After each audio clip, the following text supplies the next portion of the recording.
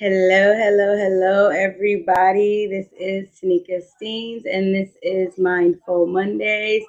And I am your host. I hope everyone has had a good weekend and had a good Mindful Monday. And now it is time to wind down. So thank you for joining me. And tonight we'll jump right into it. Oh, and I hope all the mothers had a good Mother's Day weekend and was able to relax and unwind. And I hope you got some good things that you wanted this weekend, if anything, just to be able to relax and just um, have some time to yourself, some quiet time, if anything. Um, I want to talk to you tonight about being mindful of COVID and the vaccine. And making informed decisions about the vaccine. I know I've talked to a lot of people that are skeptical about getting vaccinated, and a lot of people have already been vaccinated, and a lot that have been vaccinated are excited that they were able to get vaccinated and that they have not had any side effects. They have not had any problems. Some have had their first shot and are waiting for their second. Some have had some pain in their arms, but not any side effects. And then some are just scared and worried about what's going to happen and what the outcome is. So, what I'm telling you is if you are worried and if you are scared to get vaccinated, do research and make an informed decision. Understand what it is that is going on and make sure that you are doing what is necessary to take precautions so that your health is not in jeopardy and other people's health is not in jeopardy. And so tonight I've got some information that I just wanted to share with you. There are myths out there that could be scaring people, and there are things that are not true that is going around. And so I just want to give you some truths about the vaccine and some reactions that could come from it. And so I got some information from tropicalhealth.com and from the CDC. And so I just wanted to share that with you so that you can be mindful and make informed decisions about getting vaccinated. And also talk to my doctor about it. And he really gave me some really good information. And I really trust my doctor on what he has to say and how it affects us and how it makes everyone healthy and better and is going to make everybody immune to this if everyone is to get it. But we know that everyone may not get it.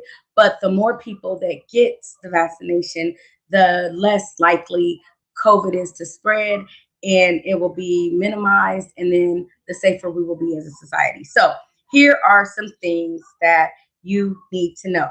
So the CDC is recommending that the following groups of people be offered the vaccine first, which this report actually came out in February 19th,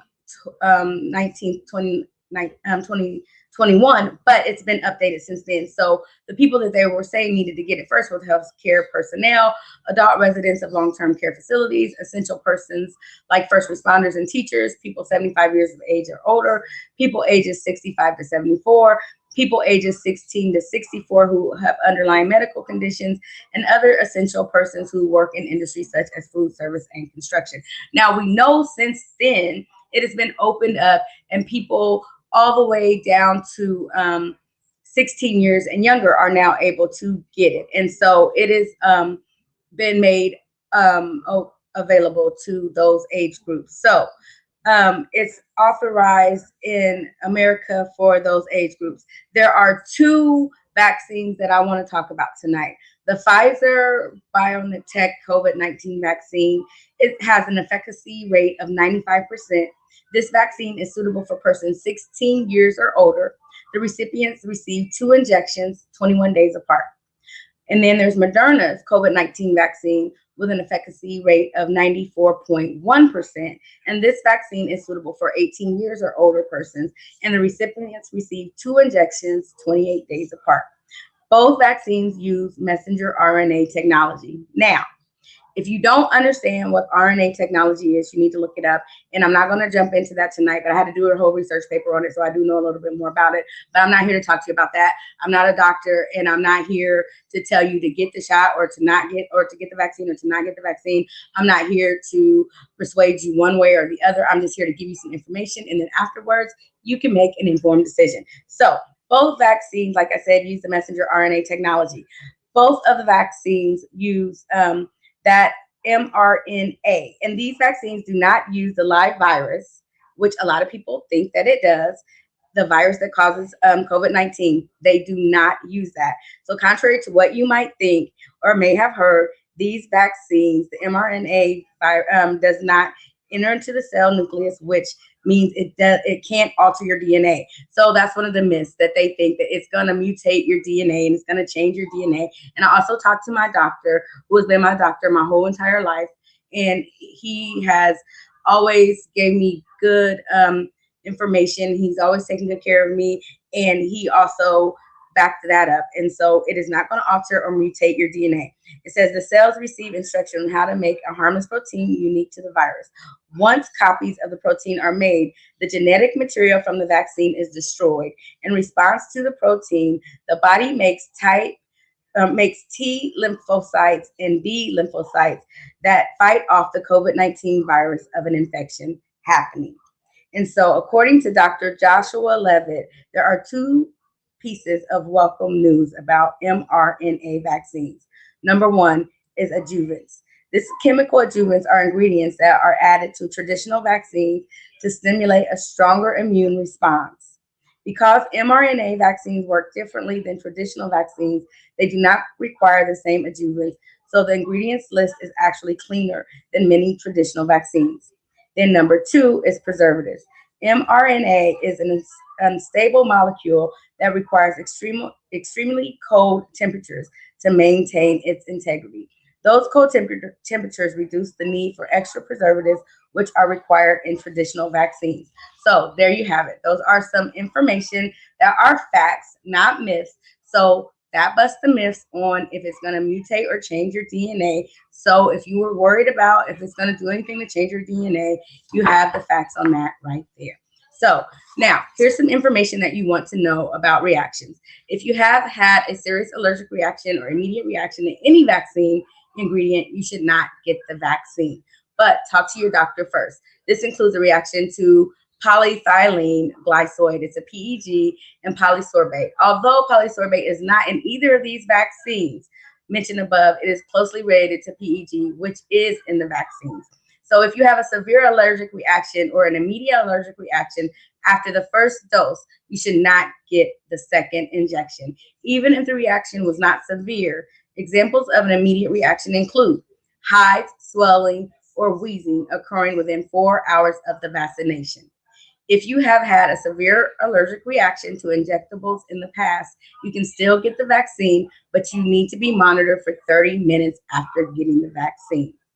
And then if you have any underlying conditions, you need to seek if you have any underlying medical conditions, the CDC states that you can get the vaccine as long as you have not had a reaction to COVID-19 vaccine or any of its ingredients.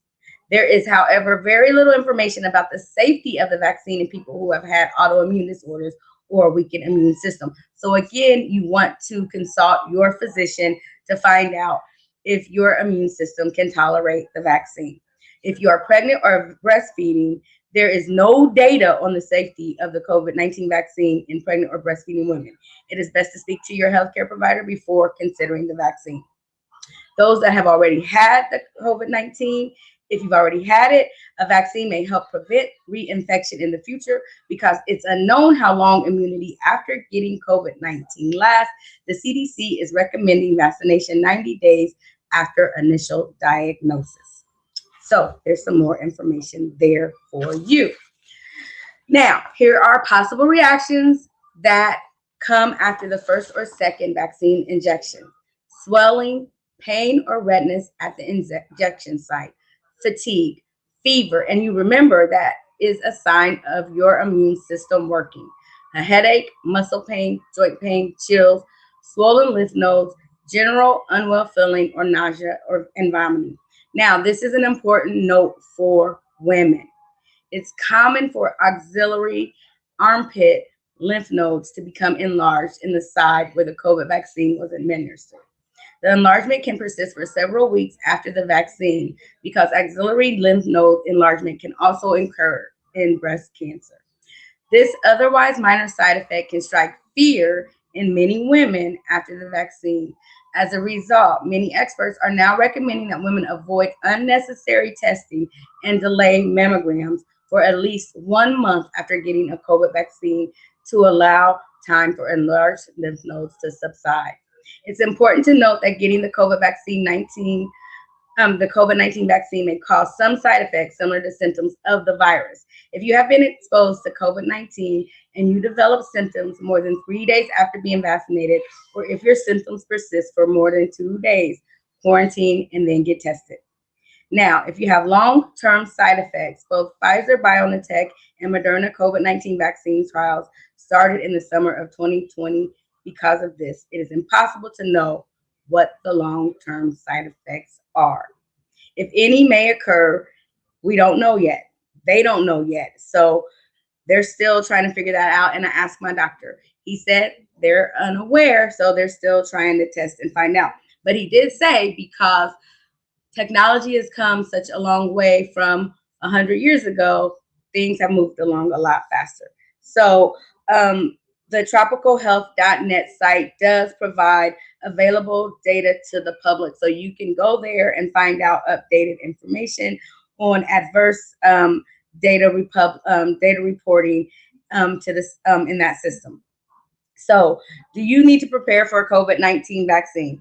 There's not a lot of information, again, cycling around what COVID-19 vaccination is and how imperative it is. So, there's not really anything that you need to do to prepare for the COVID-19 vaccination. So, according to the expert, there are a few things that you can do to support your immune system, and that is stay hydrated, eat right, sleep well, stay active, and manage stress. Now, what does the future hold on COVID-19? Well, let's see. They don't know. They're just saying it's more and more as vaccines are approved and data flows in from the current vaccines being administered, new information will follow. Just as COVID-19 is unique, so are the approaches underway to protect us against the virus. Continue to practice good hygiene, social distancing, and wear a mask in public. And always get your information from credible expert sources. If you have questions or concerns about the COVID-19 vaccine, speak with your healthcare provider. So there you have it. There's some information that hopefully that might ease your mind just a little bit on whether or not you should get it. And if you still are leery on whether or not you should get it, again, do some more research, talk to your healthcare provider, speak to people that have had the vaccine, see what they think about it. And again, if all else fails, wait 6 months, 9 months, and see what the outcomes may be and what happens, and go from there. I don't know. But all I'm telling you is only God can save us. So at the end of the day, whatever happens with COVID and the vaccine, God's the cure. So trust Him and all will be well anyway. So there's your information on that. And I just wanted to talk to you next on mindfulness of the present moment without any goals. Last week, we talked about accountability and goal setting.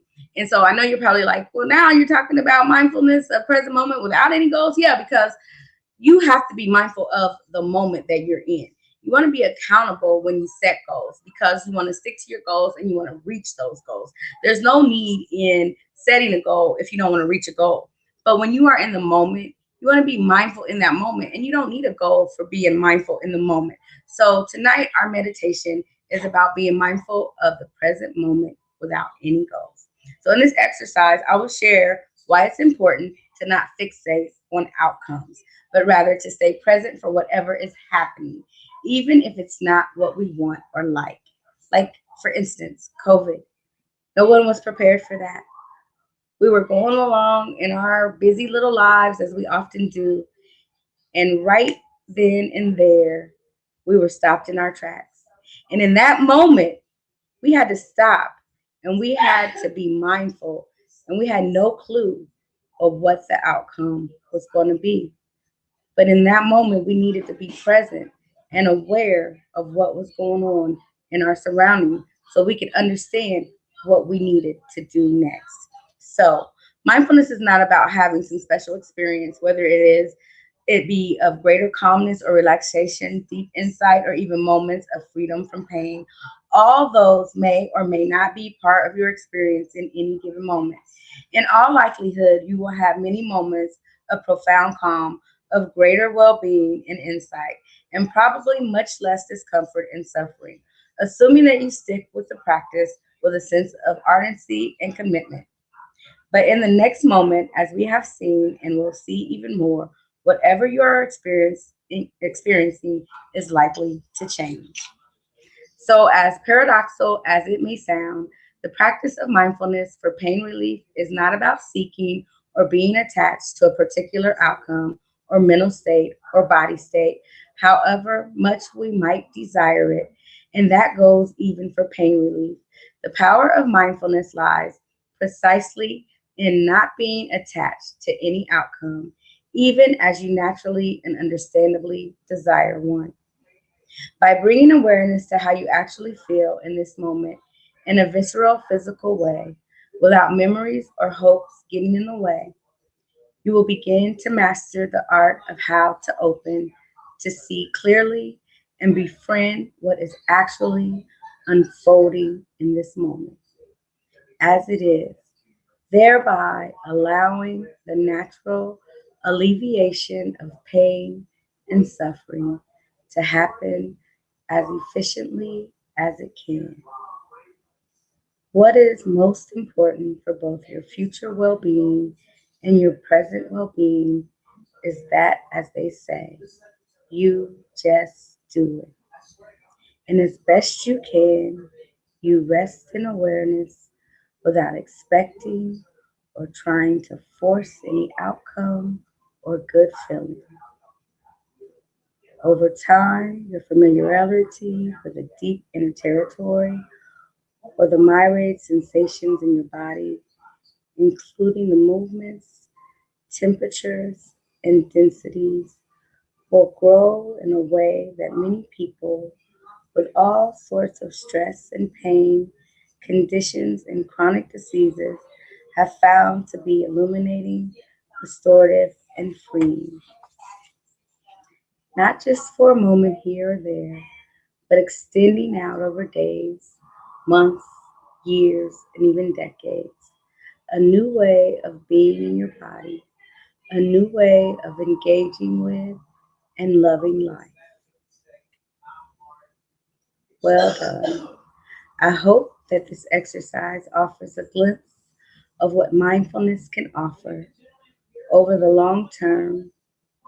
Just recap, mindfulness is not about having some special experience, whether it be of greater calmness or relaxation, deep insight, or even moments of freedom from pain. All those may or may not be part of your experience in any given moment. The practice of mindfulness for pain relief is not about seeking or being attached to a particular outcome or mental state or body state, however much we might desire it. By bringing our awareness to how you actually feel in this moment in a visceral, physical way, without memories or hopes getting in the way, you will begin to master the art of how to open, to see clearly, and befriend what is actually unfolding in this moment as it is, thereby allowing the natural alleviation of pain and suffering to happen as efficiently as it can. That is your mindfulness meditation for this evening. I hope you were able to relax and be mindful and aware of what it is that you are feeling in this present moment, not trying to hold on to any regrets or any feelings or any thoughts, but just being present and feeling what it is that you feel in this moment. Now, whatever it is that is going on inside your head, that may be a thought that has you feeling that you don't know what to do, or you don't know where to go, or you may be feeling thoughts of unkindness towards yourself. Take a deep breath. Just breathe for a minute. Relax. And simply just let it go. Sometimes we get caught up in the moment of self destruction because we feel overwhelmed with things that we have no control over. We don't have control over the weather. We don't have control over this COVID that's going on. But what we do have control over is our mind and our thoughts. And see, sometimes our thoughts tend to control us. But when we realize and recognize that we are the ones that control our thoughts, and we take those thoughts and we gain control over them, we will see our world in a whole better way. And then we will know that we have the opportunity to change the way that we see ourselves. And then we can be much kinder and much nicer to ourselves. And then we can be much kinder and nicer to others. So think about that. Be mindful about that. Hey, James, God bless you. Thank you for joining in tonight. And everyone else who was able to join in tonight, I hope you are understanding what it is that I was trying to get across. And if not, keep watching and keep learning, keep being mindful, and remember, never forget, you were created with a purpose. God bless you. Now go be great.